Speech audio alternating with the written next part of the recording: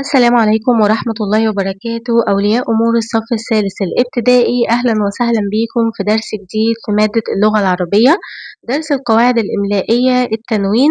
نبدأ مع بعض شرح الدرس ونقول بسم الله. زي ما انتم ملاحظين في هنا عندنا بعض الكلمات، احنا دلوقتي هنقرأها مع بعض وهنشوف لاحظنا فيها ايه. أول حاجة خالص ده كتاب، احنا بنقول كتاب عادي. أما بالنسبة لو إحنا هنضيف عليهم التنوين فهنشوف النطق هيبقى إزاي. كتاب، كتاب، كتاب، كتاب، كتابا، كتابا، علم، علم، علم، علم، علما، علما، فتاة، فتاة، فتاة، فتاة، فتاة، فتاة. بعد ما قرأنا الكلمات هنلاحظ إن التنوين بيشبه صوت الحرف نون، يعني كأننا بالظبط بنحط حرف النون في نهاية الكلمة. إحنا بننطق حرف النون لكن إحنا مش بنكتبه. يبقى التنوين ليه 3 أشكال. أول حاجة خالص تنوين بالضم، وبيتحط دايما في نهاية الكلمة على الحرف الأخير. تنوين بالضم بتبقى زي الضمة اللي إحنا بنقولها عادي، بس بيبقوا ضمتين مع بعض فبيبقى اسمهم تنوين بالضم. أما بالنسبة للتنوين بالكسر فبيبقى كسرتين في نهاية الكلمة وعلى الحرف الأخير، بدل ما بنحط كسرة واحدة بيبقوا كسرتين مع بعض، وفي الحالة دي بيبقى اسمها تنوين بالكسر. عندنا برضو زي كتابا هنا تنوين بالفتح، يعني مثلا أدي الباء وأدي الحرف الأخير اللي هو الألف، لما احنا بنحط عليها الفتحة ديت بتبقى اسمها فتحة عادي، أما لما بيبقوا فتحتين مع بعض بيبقى اسمهم تنوين بالفتح. يبقى أدي التنوين بالفتح، ادي التنوين بالضم، ادي التنوين بالكسر، وبيبقوا في نهاية الكلمة على الحرف الأخير، وبيتنطقوا بالظبط كأنهم حرف النون، لكن احنا مش بنكتب حرف النون خالص، احنا بننطقه فقط. يبقى هو ده درس التنوين. 3 أنواع عندنا من التنوين: تنوين بالضم، تنوين بالفتح، تنوين بالكسر. نفس الحركات القصيرة اللي هي الضمة والكسرة والفتحة، بس بيبقوا 2 مع بعض، ففي الحالة دي بيبقى اسمها تنوين. لاحظ ما يلي: الكلمات السابقة انتهت بصوت حرف النون، زي ما قلنا احنا كأننا بننطق حرف النون بالظبط لكنه ليس مكتوبا، بس مش بنكتب النون، احنا بنكتب ال3 أشكال من التنوين، اللي هو تنوين بالضم، تنوين بالفتح، تنوين بالكسر. يبقى بدلا من النون المنطوقة كتبنا بدلها ال3 أشكال من التنوين. طيب القاعدة بتقول ايه؟ القاعدة بتقول ان التنوين هو نون زائدة تلحق بآخر الاسم، يبقى هي نون زائدة وبتلحق بآخر الاسم، آخر حرف في الاسم، تنطق ولا تكتب. بننطق نون فقط لكن مش بنكتبها، وبيبقى ليه 3 أنواع. زي ما اتفقنا التنوين بالضم بيبقى زي ما انتوا شايفين كده ضمة بس 2 مع بعض في نهاية الكلمة على آخر حرف، زي كتاب وقصة. وهنا عندنا تنوين بالفتح، بيبقى زي ما انتوا شايفين كده فتحتين في نهاية الكلمة، وبتتنطق كتابا، قصة. وهنا عندنا التنوين بالكسر، بيبقوا كسرتين في نهاية الكلمة على آخر حرف، كتاب، قصة. يبقى في الضم كتاب، قصة، في الفتح كتابا، قصة. والتنوين بالكسر كتاب، قصة. يبقى التنوين بالفتح يبقى على التاء المربوطة ولا نضع بعده ألفا، يعني لما بتبقى الكلمة نهايتها فيها تاء مربوطة بنحط على التاء المربوطة فتحتين. أما لو كان الكلمة في نهايتها مفيش تاء مربوطة، يعني مثلا زي كتاب، في الحالة دي احنا بنضيف ألف في الآخر وبنحط الفتحتين عليها اللي هو التنوين بالفتح. أما لو الكلمة انتهت بالتاء المربوطة زي ما قلنا فاحنا بنحط عليها التنوين بالفتح بشكل عادي جدا. لكن زي ما قلنا تاني لو كانت الكلمة بتنتهي بحرف عادي غير التاء المربوطة فاحنا بنضيف لها ألف في الآخر وبنحط عليها التنوين بالفتح من فوق. نشاط ب بيقول لون الكلمات التي آخرها تنوين. احنا هنشوف فين الكلمات اللي آخرها تنوين وهنلونها. هنا بيقول مربعان، مربعان هنا مفيش أي تنوين. طاولة، طاولة دي طبعا هنلونها لأن فيها تنوين بالإيه؟ بالكسر. طيب ألعابا، ألعابا دي طبعا تنوين بالفتح فاحنا هنلونها. هنا بيئة، بيئة هنلونها برضو لأن فيها تنوين بالإيه؟ تنوين بالضم. العيون، العيون دي طبعا إيه؟ مفيهاش أي تنوين. طب هنا السودان، السودان مفيش أي تنوين، ديت فقط حركة قصيرة اللي هي إيه؟ الضم. أما هنا كان مفيش برضو أي تنوين. قلما، قلما تنوين بالفتح هنلونها. حاسوب، حاسوب ففيها تنوين بالضمة فهن إيه؟ هنلونها.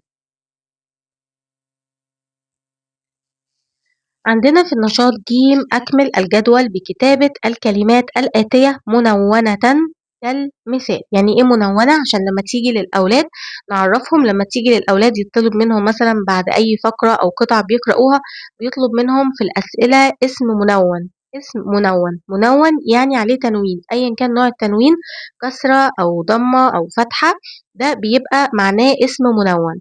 طيب هنا المفروض إن احنا هنكمل الجدول باللي هو طالبه. هنا طالب تنوين بالضم، هنا طالب تنوين بالفتح، وهنا طالب تنوين بالكسر. زي ما هو عامل دي كرة، كرة احنا عملنا التنوين بالضم او هو عمل كرة، تنوين بالفتح كرة، وهنا التنوين بالكسر وايه؟ وحطينا تحت التاء المربوطة كرة. طيب هنا عندنا طائرة، لو هنعمل تنوين بالضم فهنقول طائرة،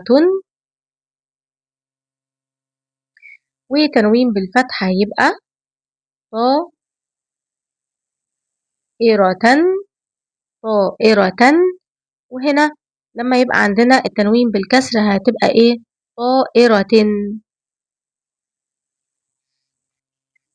بعد كده عندنا أصوات، فالتنوين بالضم هتبقى أصوات، أصوات، والتنوين بالفتحة هتبقى أصواتا، أصواتا، والتنوين بالكسر هتبقى أصوات، أصوات.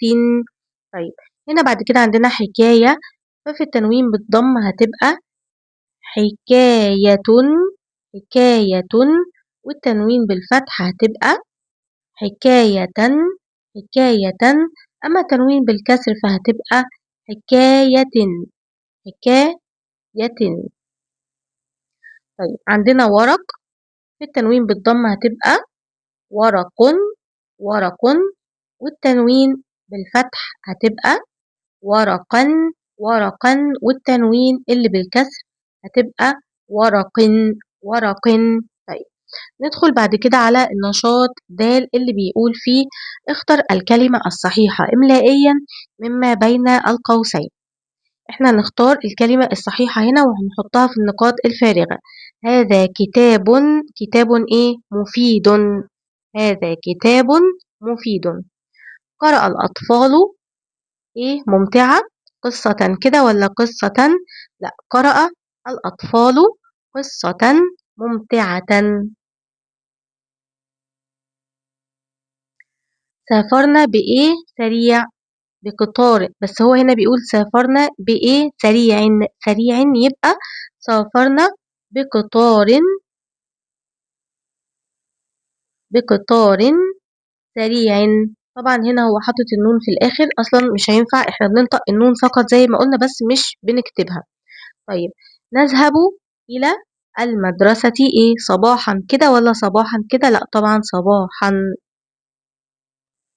مش بنكتب كده أبدا النون، احنا بننطقها فقط. طيب صنعت سلمى إيه؟ جميلة، يبقى صنعت سلمى لعبة جميلة. وهنا هذا كتاب مفيد.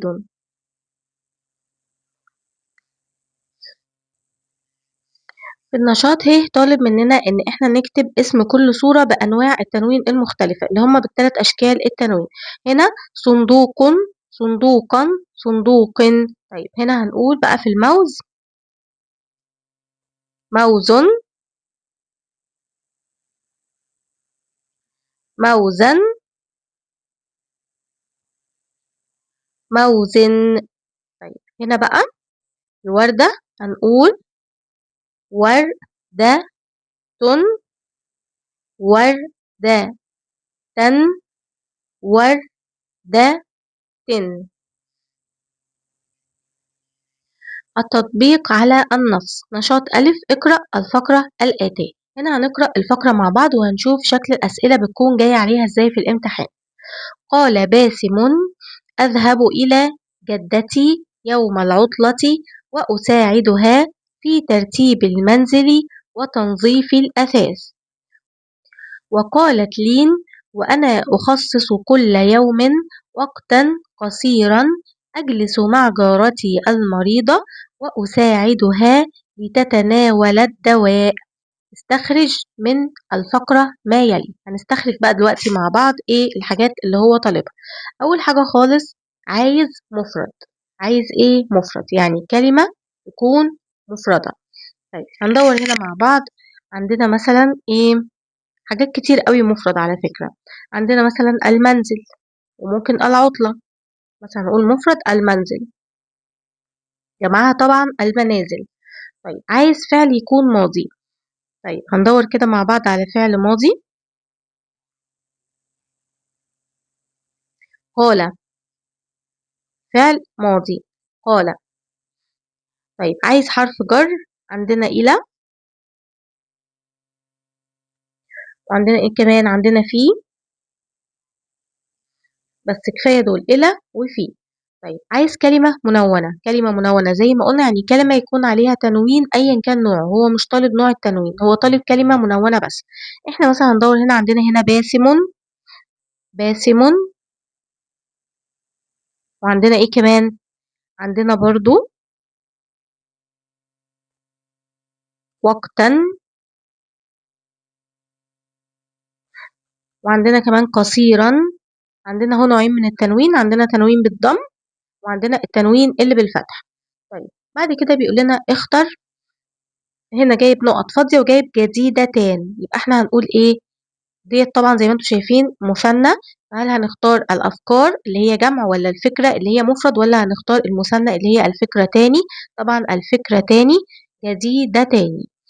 طيب بعد كده بيقول صوب الكلمة الملونة في الجملتين الآتيتين.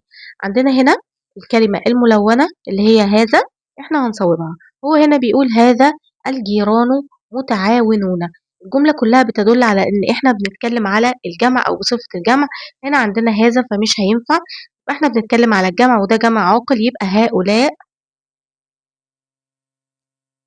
هؤلاء الجيران متعاونون. طيب بعد كده وضعت الألعاب في سلة. طيب انتوا هنا شايفين ان هو حاطط النون، واحنا اتفقنا ان في التنوين احنا مش بنحط النون، احنا فقط ايه بننطقها. يبقى وضعت الألعاب في ايه؟ في سلة كده. طيب ندخل على النشاط ب ونقرأ برضو مع بعض الفقرة. الفقرة بتقول لا تقولوا ليس لدينا وقت، فالوقت ليس عائقا. نظموا أوقاتكم وبعد ذلك ستجدون أوقات فراغ طويلة. انتبهوا لكي لا تمضي هذه الأوقات دون فائدة، لذلك خصصوا منها جزءا لمساعدة الآخرين. استخرج من الفقرة ما يلي. عايز برضو مفرد. هنقول مثلا وقت. طيب ايه جمع وقت؟ هتبقى أوقات. عايز بقى جمعه اهو زي ما قلنا يبقى أوقات. أوقات. طيب عايز اسم إشارة. احنا عارفين ان اسم الإشارة هو هذا وهذه وهؤلاء. طيب هندور كده هنا مع بعض ونشوف عندنا ايه.